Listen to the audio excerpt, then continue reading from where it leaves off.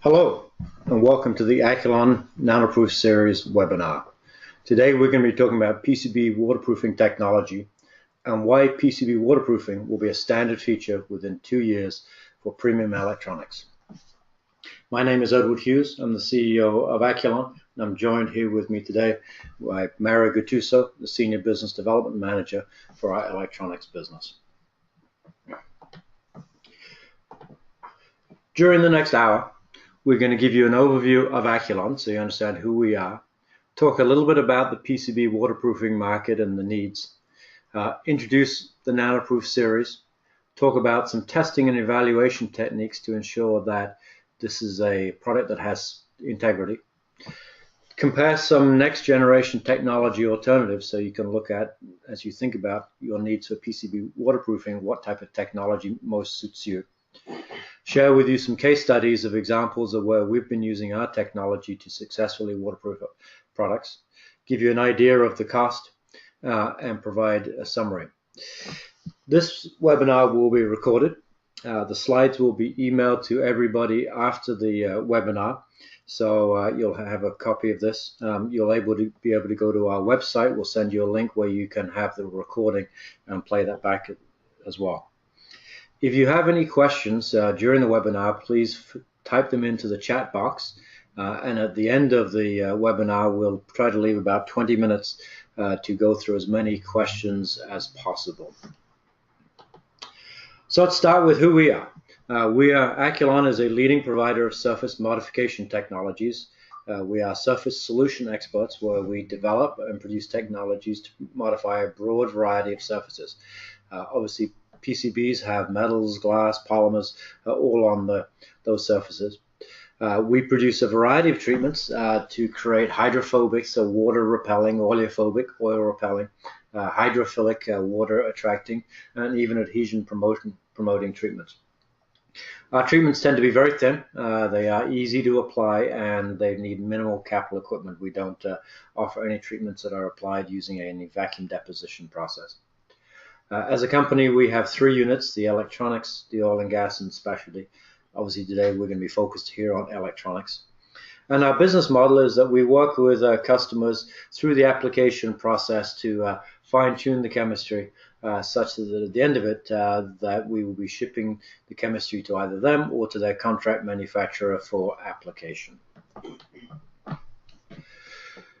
So our business is all about surface modification. We're a specialty chemical company, as I say, focused in on those 3 areas. We're located here in San Diego, California.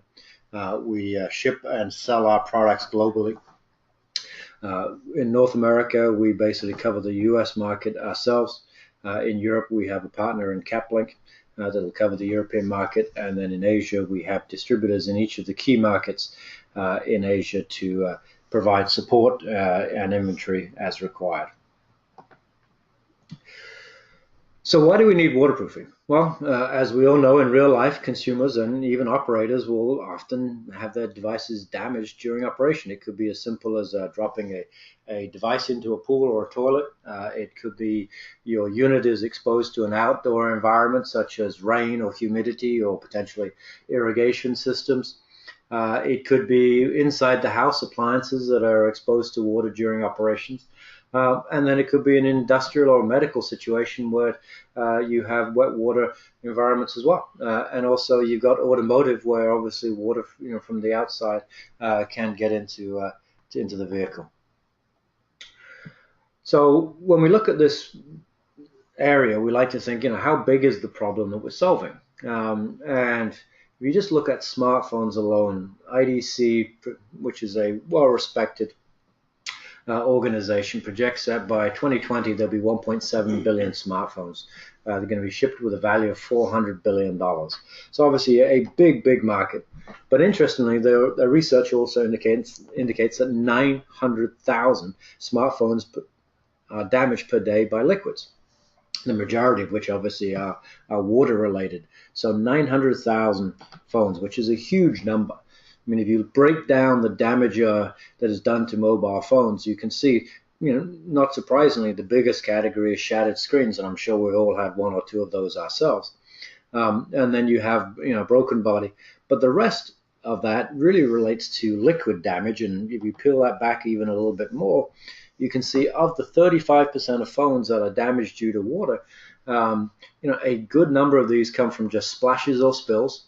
So it's not necessarily dropped into the pool or the toilet, but just water's been spilled on it. You've got some that have got shallow immersion, and then obviously you've got some deeper immersion as well. So clearly in this, this is a real problem for this category. And so, one of our customers, has said, within 2 years, waterproofing is going to be a standard feature in many premium electronic devices. And this doesn't really just apply to smartphones. It applies to other electronics, whether it's desktops or laptops or IoT devices. A lot of these devices will benefit from having waterproofing. And the nice thing about this kind of new next generation technology that we are part of is that you can start to see in other areas as well, whether it's medical devices or automotive customers, that they are looking to avoid the hassles of conformal coatings, which don't really provide a great waterproofing protection. They obviously provide protection against dust and other things, but they are difficult to work with, and so we're expecting to see quite a few people switching from their existing types of coatings into this new generation of waterproofing. But for us, everything really starts with understanding what are the customer needs. We need to understand what performance you are looking for, what process is acceptable, and of course, what price. So it's the combination of the performance, process, and price that we focus on as we kind of work with our customers to meet solutions. But let's start with performance. Some of you may be familiar with this table here. This is the IPX standard, and it basically provides a waterproofing scale. And so you can see what level of waterproof protection that you need. Obviously, it goes from a 0, where there's no waterproofing protection, all the way up to a level 8, which is continuous immersion in underwater conditions. And so we like to use this scale to really try to hone in with our customers on what is it they're looking to do. Because not everybody is going to need 7s or 8 levels of protection. It may be nice to do that, but that's more challenging.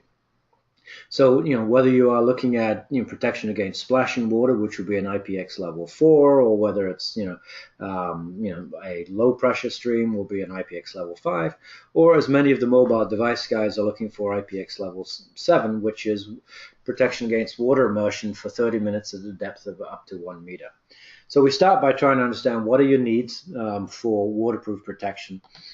And over the last few years, as we've been working in this category, we've tried to classify, here's some general needs or recommended needs that we're seeing from customers and from our experience on what kind of level of protection a device could benefit from. So as on the right-hand side of the scale, you're looking at mobile devices, looking for level 7. We see a lot of devices that really just need protection against splashing water. As you can imagine, whether it's somebody knocking over a water glass or something else, having protection for the laptop or the printer would be good. So we start with this, and for customers that don't necessarily have a specification yet, they've just been asked by somebody in marketing, I want waterproofing. We try to define this, because that then helps us define what process and what product we use, because it is more challenging to get to higher levels of performance. So we liken it to mountain climbing, which if you are climbing small hills, you don't really need any specialized equipment or a team or much training, but it's fairly straightforward, and that can be easily done with levels 1, 2, 3, or 4. As you start to get higher and higher, then obviously it requires more testing, more specialized equipment, and potentially even some design changes, which I know is usually not something most engineers are excited about, because often waterproofing comes as a requirement later on in their process. So there is a reason why we like to understand what people's requirements are for waterproofing, so we can accurately match their needs against what it's going to take.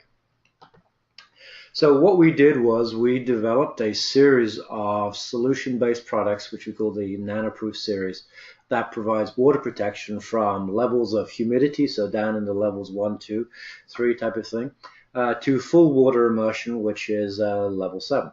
So it's there's a range of products.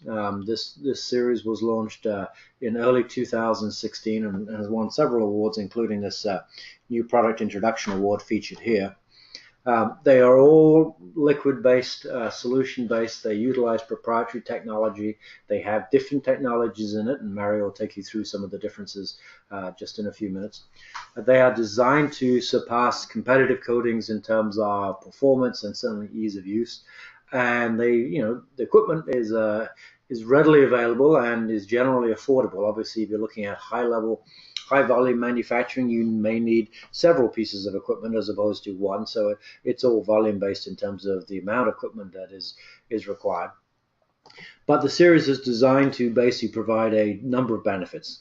Clearly, we're looking to help you reduce your product returns because of water damage. We're also looking to help you improve your production yields, as most of our treatments allow you to rework even after the coating has been applied. And that's obviously a big distinction from conformal coatings, which is obviously very difficult to get off. So it helps in the manufacturing process. We try to minimize the amount of masking required.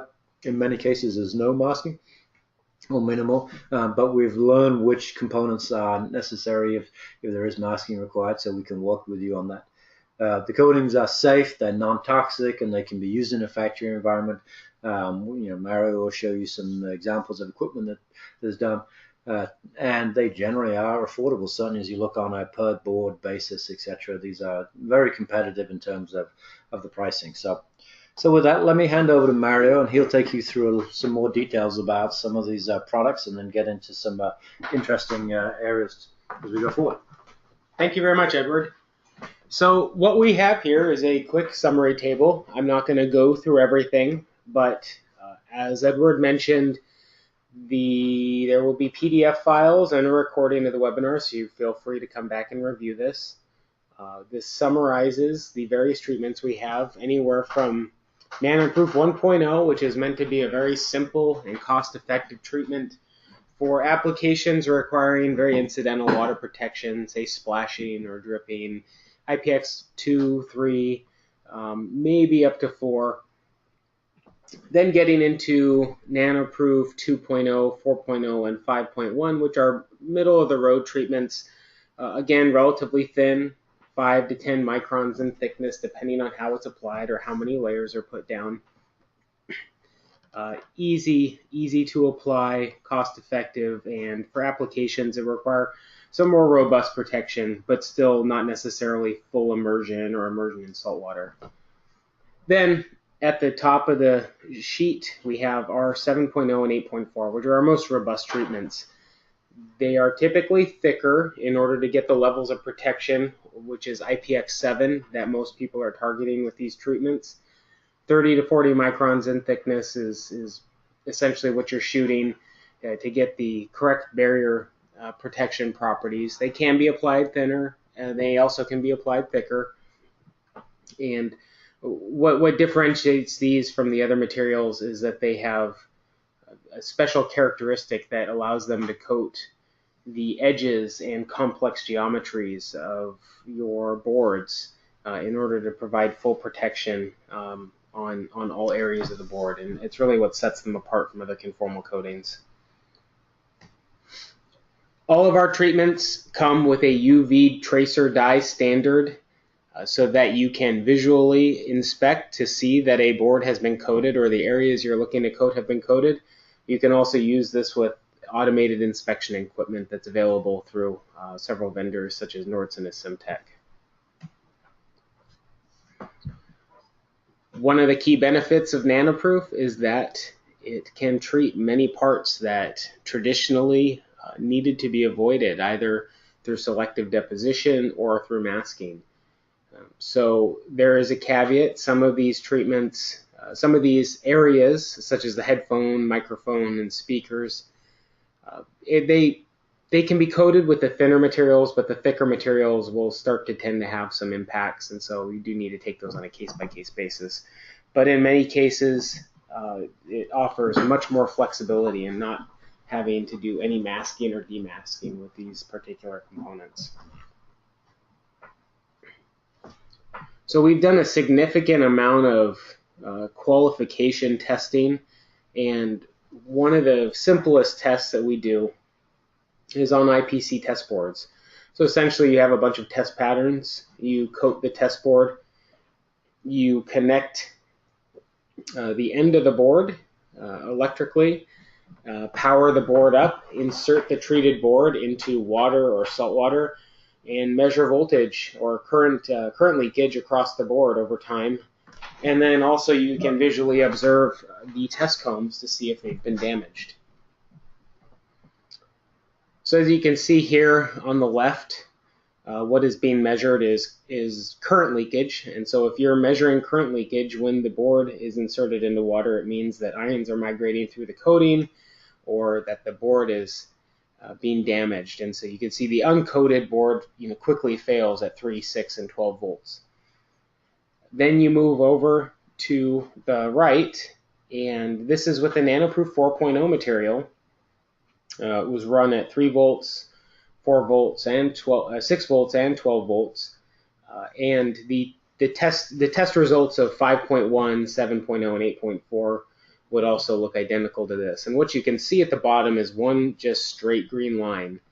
So over the course of 60 minutes, there is no current leakage measured, which means that the board is not being damaged by the fact that it is inserted into the water.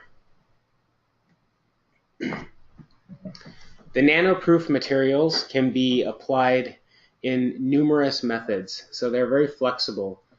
For the materials 1.0 through 5.1, spray is the preferred method and is a very good good way to apply the material. There is equipment from PVA, Nordson, and Simtech that can accomplish this. Materials can also be dispensed and dipped. And then with the 7.0 and 8.4, which are slightly thicker in viscosity, which allows for their higher level performance, those can also be jetted or dispensed. There are several equipment routes that you can go down to coat your parts. You can utilize manual dispensing, batch application, and also inline automation. And depending on your needs, as many lines can be set up as you need. And so we work with both PVA, Nordson, and Simtech to accomplish not only your material needs, but also your equipment needs, so you can determine exactly how to not only get your parts qualified and coated, but also meet your production needs in a timely fashion. So beyond the IPC test boards, we've developed some new testing methods. So what we found is that the IPC test boards, though they do a good job of determining whether a coating is effective on a flat substrate, what you need to realize is that every component is different and no component is fully flat. They all have three-dimensional surfaces, complicated geometry, and so what we would often find when testing experimental coatings or competitive conformal coatings is that they would pass on the IPC test board, but then on a real-world board they would fail, and the results would be different. So we realized we needed to find a proxy for testing not only whether the coatings were effective on an IPC board, but also if they were effective on a real-world device that has complex geometry. So what we developed was testing on these simple LED strips.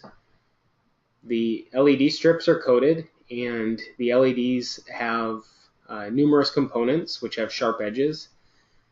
So these are coated, they're dipped in water, and they're evaluated for failure, which is real easy to spot because the LEDs are powered on, and so if they fail, the lights go out. And so when testing silicone, which passed the IPC test with flying colors, we found that even at a very thick thickness of 100 microns, it was not able to sufficiently coat the edges and angles of the components and led to quick failures. So in real-world application, this is not going to lead to IPX7 levels of performance. Again, traditional conformal acrylic passed the IPC traditional test board with fine colors, but then quickly failed the LED strip because it did not coat the sharp angles. So in a real world device, if water was to ingress while it was powered, it would fail with this acrylic coating. So what are the options from there? There are a few options that are in consideration at the moment. There's gasketing, vacuum deposition, and then next generation liquid applied technologies, such as our NanoProof 7 and 8.4 materials. And these are all in order to get very robust levels of protection up to IPX7. So gasketing is something that companies are currently utilizing. It does have very effective initial performance, IPX5 plus levels of protection, in many cases IPX7, but it is not a long-term solution. It is complicated.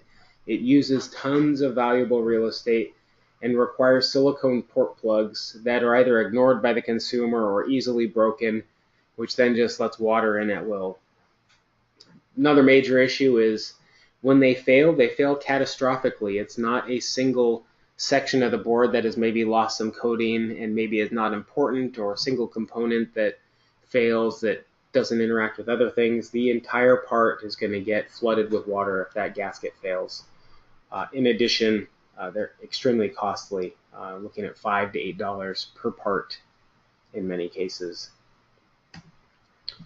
Vacuum deposition is something that other people are looking at. It does give good levels of performance, IPX 2 to 5 in most cases. However, it has its downsides. It's very expensive for the material itself. The capital equipment is extremely expensive, essentially starting in the millions of dollars. Significant masking and demasking is labor intensive and time consuming. And then also the fact that these are batch process only is going to be a constraint on your production needs. Which takes us to the next generation liquid options, which includes the NanoProof 7 and 8.4. They're proven to get up to IPX7 levels of performance. They're extremely easy to apply and have several application methods. They cover complex features and provide protection on features that other materials fail to protect, and they're extremely cost effective, ranging anywhere from 3 cents to usually no more than 50 cents per board. The only downsides are, depending on which one you select, there may be VOCs. We also do have VOC-free options, so that can be taken into consideration depending on where you will be developing and producing your products. And like any of the other options, there is process optimization required. There is no simple solution. Every application is unique and is going to require some fine-tuning and tweaking to get to not only successful performance, but repeatable performance. And that's also why we are here. We're here to work with you and get you to the reliable levels of protection that you're looking for.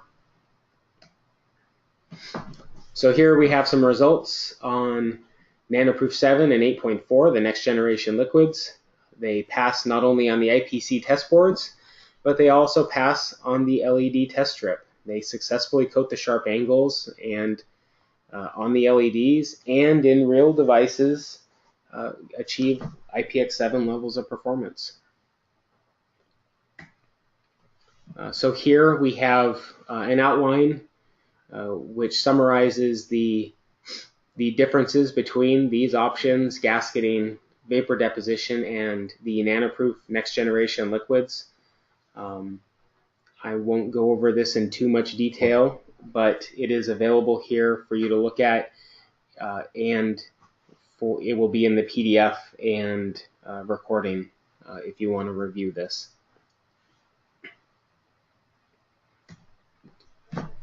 So now we'll get into some case studies. So these are all examples of applications where a customer has approached us with a problem, a desired level of protection.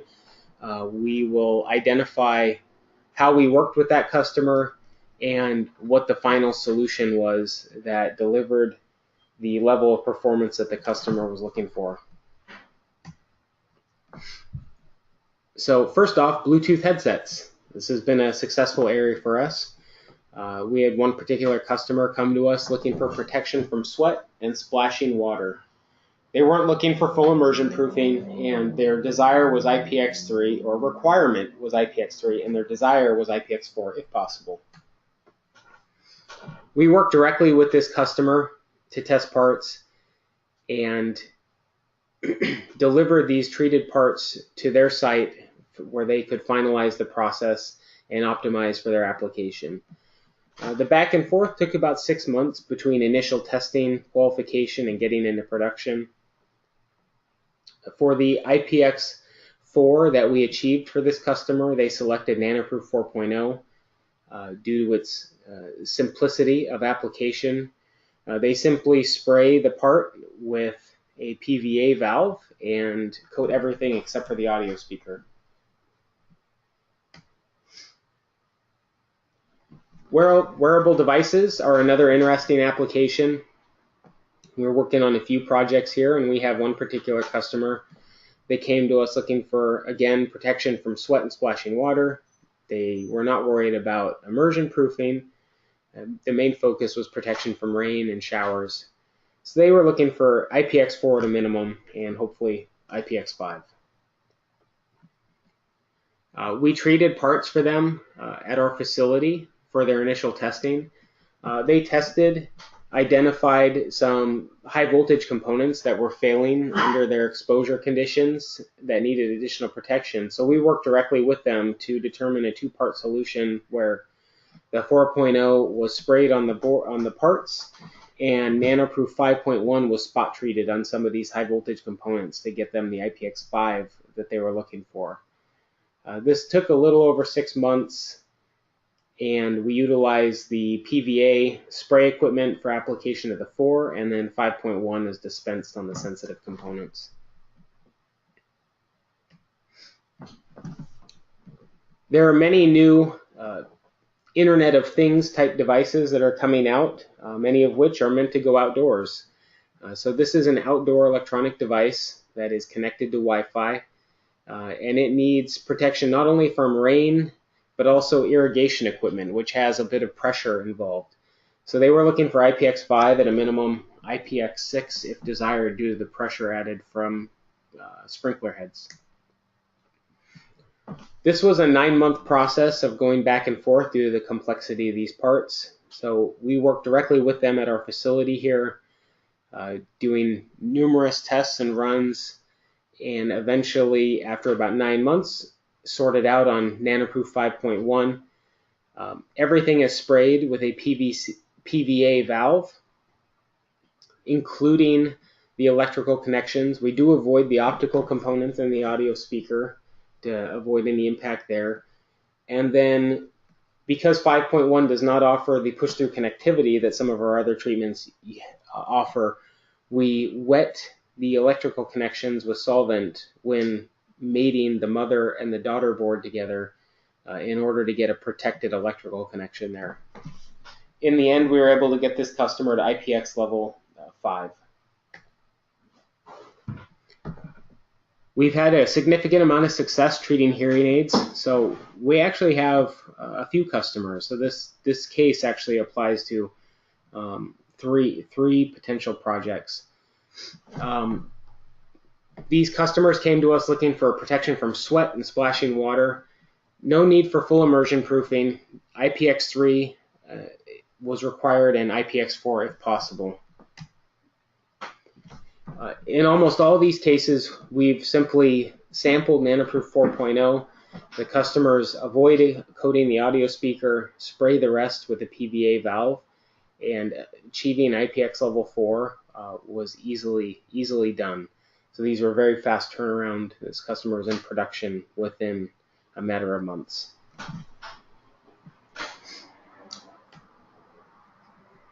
There are numerous automotive applications we've been working on due to the sheer number of electronic components contained within an auto. They are looking for protection from spilled fluids, such as for protection of the interior components, and also environmental exposure, where they're looking for IPX7 levels for some of these critical electronic devices that certainly cannot fail. So we collaborated with these customers to coat test parts and support their process optimization. Typically, for interior electronics, NanoProof 1.0 meets their needs, as all they need is incidental splash protection and there's not much risk of water contact. And then for the underhood components or anything that has environmental exposure, we've gone with the 7 and the 8.4 materials, which gives them the robust levels of protection that they require. The 7 and 8.4 are typically treated with jetting and dispense application equipment, and the 1.0 is either dipped or sprayed. For the underhood applications, we have customers who are successfully passing IPX7 levels of qualification. Medical devices require significant levels of protection in order to make sure they are reliable in the operating room or while they're in use in emergency type situations. So they're looking for protection from bodily fluids, many of which contain salt and splashing water, and there's also the potential for full immersion, so it can potentially be a pretty aggressive environment. These customers are looking for IPX7 levels of protection, so we've worked directly with them to coat parts and also arrange to have parts coated at our application equipment partners to support this process optimization as we've iterated through many steps. Either NanoProof 7 or 8.4 has been selected for the IPX7 levels that are needed, and the Nordson Asimtech jetting equipment is usually what is utilized for these treatments, and they successfully passed IPX7 levels of qualification.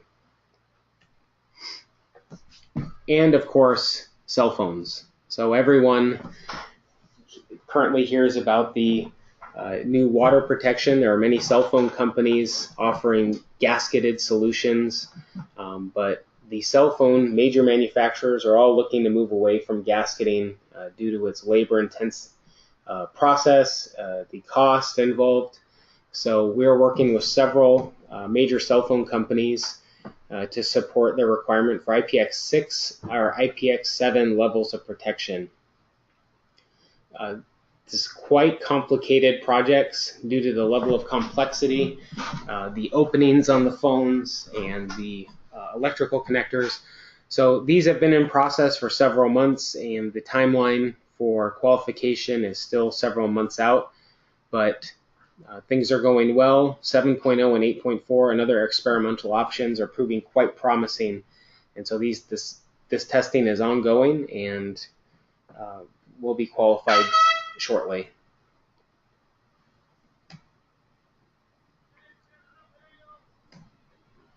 So NanoProof offers the ability to achieve IPX7 levels of performance, continuous production, fast cycle times due to no cure cycle and no masking, and also push-through connectivity. Many of the NanoProof options offer the ability to allow you to make connections after the material has been applied and dried, which means that you can avoid selective deposition of connections and avoid masking and demasking, and also those key areas where electrical connections are made are protected instead of left untreated where they could potentially fail. Another huge benefit of NanoProof is the ability to easily rework. Each of the NanoProof treatments, when utilizing the appropriate solvent, can easily be removed. So unlike a cured conformal coating or a CVD coating, which are extremely difficult to rework, NanoProof can easily be reworked, saving significant amount of money in lost cost. So now we'll get into a bit of the economics. So as we mentioned, the cost of Aculon in comparison to a traditional conformal coating and parylene is significantly less. So a lower cost conformal coating that maybe costs $100 per liter is still going to end up costing somewhere around 40 cents per board. And you're only going to be getting maybe IPX 2, 3, 4 levels of performance at best. Parylene, which is going to get you higher levels of protection, maybe IPX 4 to 5, is significantly expensive for the material per batch. And this does not even take into consideration the capital equipment costs and is going to run around $2 to $3 per part. In contrast, if you move over to the NanoProof line of material, you're looking at anywhere from 3 to 10 cents for lower levels of protection, say IPX2 to IPX4 or 5, and then in the range of 40 to 60 cents if you want to achieve IPX7 levels of protection. So the level of protection is significantly greater at very similar costs to conformal coatings that offer nowhere near the same protection. Another benefit is, rather than working with a large company that's just going to send you samples, Aculon will work directly with you to determine the best application process, the best material for your needs, and we can do that through a couple routes. So depending on how you want to proceed, we do have some customers who simply want to buy test samples, and we will sample our materials and support our customers in coating and testing their boards however they wish. But we do find it's better that if we're able to treat the parts first. And so in many cases, our customers will send their parts to us. We will treat them and then return those treated parts to them for evaluation and testing, and then we can iterate from there. And then the best option is if our technical team can meet with your technical team, set up a design of experiments, and really dive into the details and work on a test method to determine the best treatment and application methods for your application. So in summary, Aculon is a leading supplier of nanoscale repellency technology.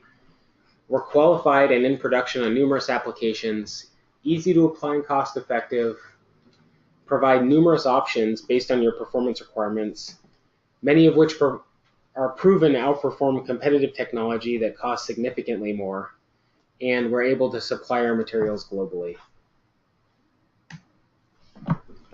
Great, thanks, Mario. That was terrific. So a lot of good information there, and as we've said a couple of times, it's obviously going to be available for download afterwards, including this webinar. So what I'd encourage you to do now is, if you have questions you want to tackle now, please type them into the chat box, and we'll try and take as many as we can. If there's something that you want to deal directly with Mario on a more confidential basis, feel free to send him an email. His email is on the screen. But let's see if we can take as many questions as we can. So, Mario, why don't you start? Sure, happy to help. First question that's come through is, have you performed flammability testings on these coatings with the PCB? So I can break that into two answers. Some of these materials in solution are flammable, so you do need to take that into consideration. We also have non-flammable solutions, which are typically our fluorinated solutions, NanoProof 5.1 and 7.0.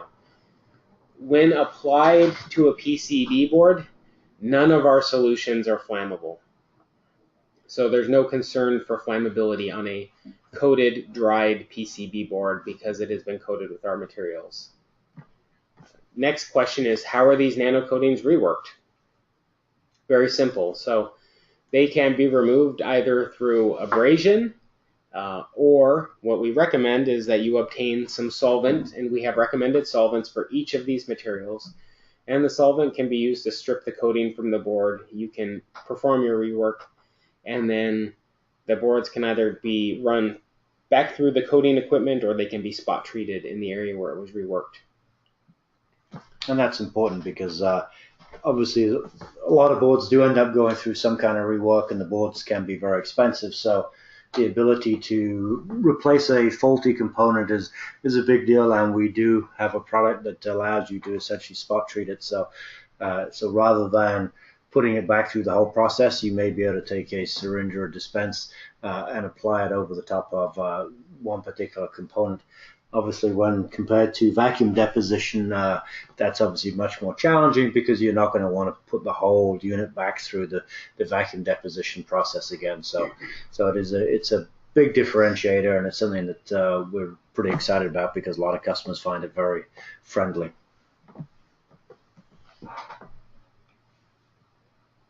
Okay, next question is, how do the nanoproof options compare to plasma polymerization? We use parylene in products that are subjected to volatile environments. So I guess there's two ways to go about that. So first of all, the nanoproof material does not require a vacuum chamber, so it can be done in line, doesn't require batch processing. You don't have to buy the costly vacuum deposition equipment. The spray or jetting application equipment can throughput much more material and is significantly more cost effective. And then as far as exposure in volatile environments, we have materials that are resistant to solvents and other chemicals, and so we can work with you to select the right nanoproof material that'll be robust for the exposure conditions that your material is going to be looking at.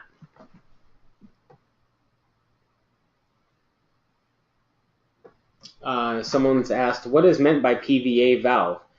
So that's a good question. So PVA is a equipment supplier. Another equipment supplier is Nordson Simtech, and these nanoproof coatings are applied on coating equipment, and that coating equipment utilizes different valves or dispensing heads to apply the material. So when I reference the PVA valve, that's talking about the spray head that is used to apply the material onto the board.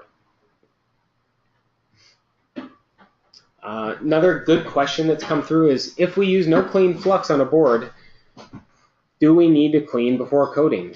So we always recommend that you are starting with a clean surface before you coat. There could be negative impacts from having flux left on the board underneath our coating. So we do have some customers who do not clean and use no clean, and they're successful. We also have customers who were not able to successfully coat their parts because they're essentially covered in contaminants and had to figure out how to clean. So it is a case-by-case basis. You can try, and if it meets your needs, then it's good enough and you can go ahead, but just understand you may need to step back and clean the boards and evaluate versus a clean surface.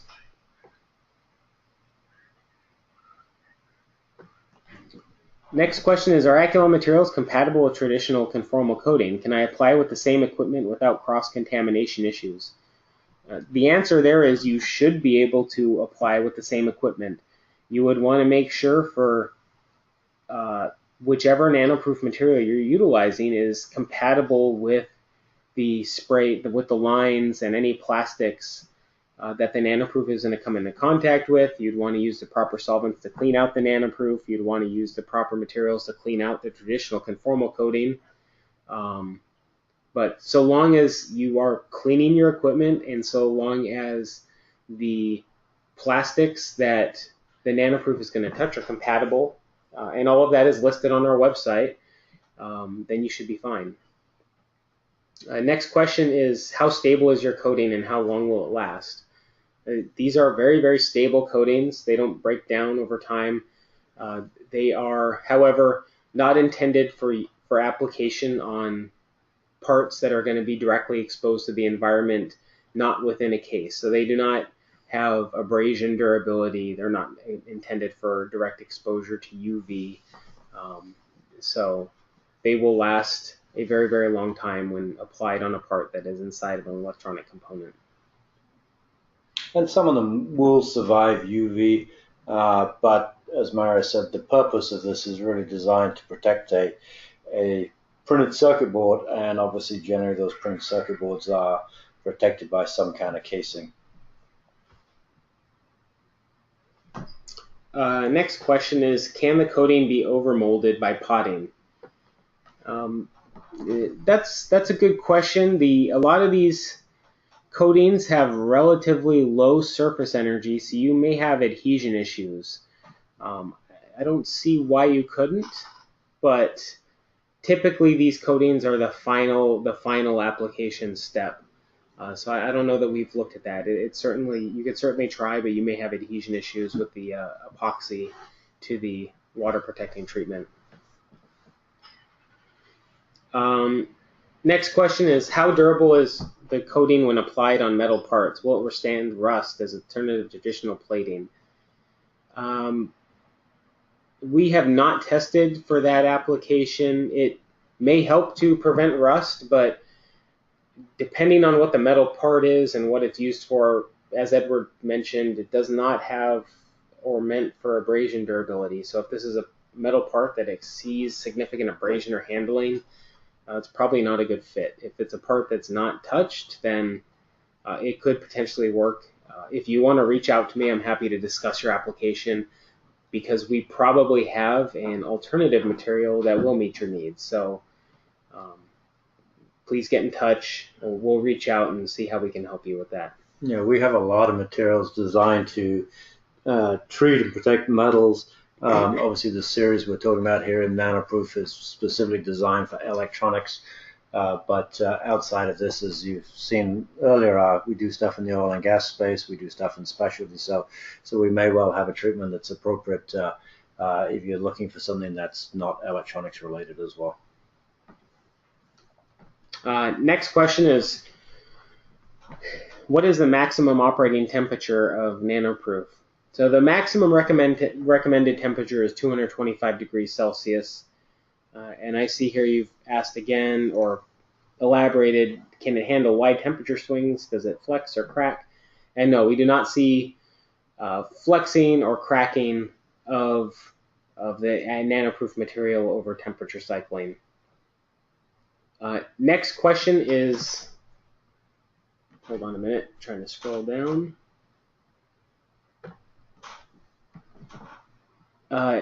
While using on an LED assembly, is there any data on impact of coating on the luminescence characteristics? Some of these materials may be applicable. However, in some cases, there may be a yellow hue, which would be undesirable.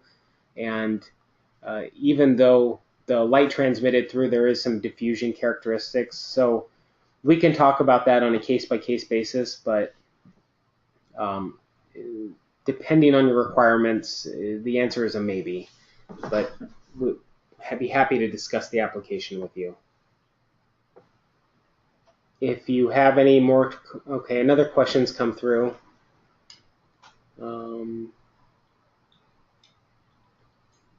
Have you tested for ionic permeation through coating? So typically, the performance testing we do is for ion migration, which would indicate a current leakage. So if that's what you're talking about, yes, we do that on every coating. If there's a different test procedure you're referring to, maybe we can, if you can reach out and inform me of the ASTM you're looking at, I can advise you on whether we've tested that or not. But as far as ion migration, inserting coated parts in the salt water, yeah, we test that by measuring the current leakage. If you have any more, okay, another question's come through.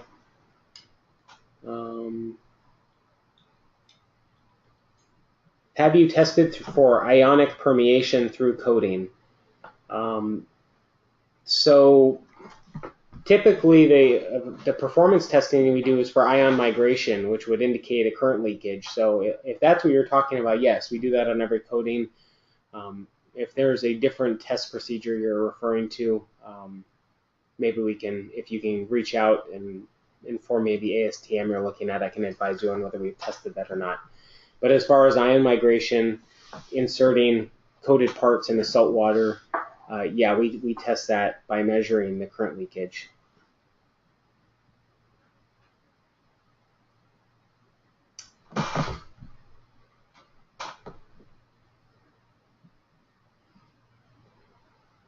Sorry, I have a bunch of new questions coming in. Another question, do you have any specific application where you use the material in an oil and refinery industry? So yes, absolutely. We have many industrial applications. We have treatments that are resistant to oils and solvents and other aggressive non-water-based environments. So we do treat parts that are used in the oil industry, in industrial applications. So yeah, that's a great fit for us, especially due to the outdoor and aggressive environmental exposure of the parts we'll see. And let me elaborate that on. I'm not sure whether the question is related to electronics in the oil and gas industry, or do we have treatments that are used for the oil and gas industry? The answer is yes, we do have treatments. We have a few areas that we have, one of which we treat metal parts, stainless steel in particular, to prevent oil buildup and paraffins and asphaltene buildup in pipes and on sensors, float sensors in tanks. We also have treatments for sapphire sensors to prevent oil contamination, fouling the sapphire sensors. And then thirdly, we have some anti-fouling treatments that are designed for a variety of materials, including PVC and polyurethane and metals to basically keep oil off. So we have a variety of different treatments that we do use in the oil and gas space. Does Aculon have high surface resistivity characteristics like parylene? Our circuits malfunction when they come in contact with water and moisture. So that is exactly how the Aculon materials work. Is they work to prevent ion migration through the parts, and so we test all of our materials with the test boards and test patterns and test components fully powered under voltage, and look for failures. And we have numerous customers using on numerous components and do not see failures. And so the Aculon material should handle that issue or that application no problem. Another question, have you been successful with coating thick film ceramic hybrid assemblies? I don't recall anyone calling out that specific type of assembly, but oftentimes, because our customers are not really looking to tell us exactly what they're doing, we don't get a lot of details, and sometimes we're just coding the components. So we've worked on dozens and dozens of projects successfully, so I don't see why we could not coat a ceramic hybrid assembly. There's no reason why we could not do that. Next question is, what's the longest immersion time in water you've tested? This is going back some time, but I think at 18 volts in salt water, we tested out for a few days without failure. 100 hours, I believe. Yeah, 100 hours. So 100 hours in salt water at 18 volts with no failure. That doesn't mean it won't last longer. That means that customer had that specific requirement. That's all. That's correct, yeah. The part was pulled out at 100 hours, not because it failed, but just because that was the request. Next question, and final one that I'm seeing at the moment is, are your materials resistant to hydraulic fluids? So similar to the oil and gas question, yeah, it is. If you use the fluorinated options that we have, NanoProof 5.1 or 7.0, they are resistant to solvents, oils, and other aggressive solvents. And then one final question that's come through is, does the train run through your office? And so yeah, unfortunately we have no control over the train schedule. We have a train that runs right past our office, and they have passed by 2 or 3 times, so apologies for that. But we are in sunny California looking at Torrey Pines, so it's not a bad location. Let me just come back on one question about the for oils. Yes, there are 2, I believe, of the NanoProof series that are oleophobic, and so if you when you get a copy of this presentation, you'll be able to look at that, and I believe it's 5.1 and 7.0 that can be used if you are just trying to protect against oils. The majority of these are designed for water. And so, but that information is in one of the tables that is in the presentation. So with that, thank you very much for attending, and you will be receiving an email shortly with the recording and PDF files. Okay. Thank you for participating in this webinar. We hope we can help you, and please contact us directly with this. You can see the email on the screen, and with any further questions. And with that, we'll shut the webinar down. Thank you.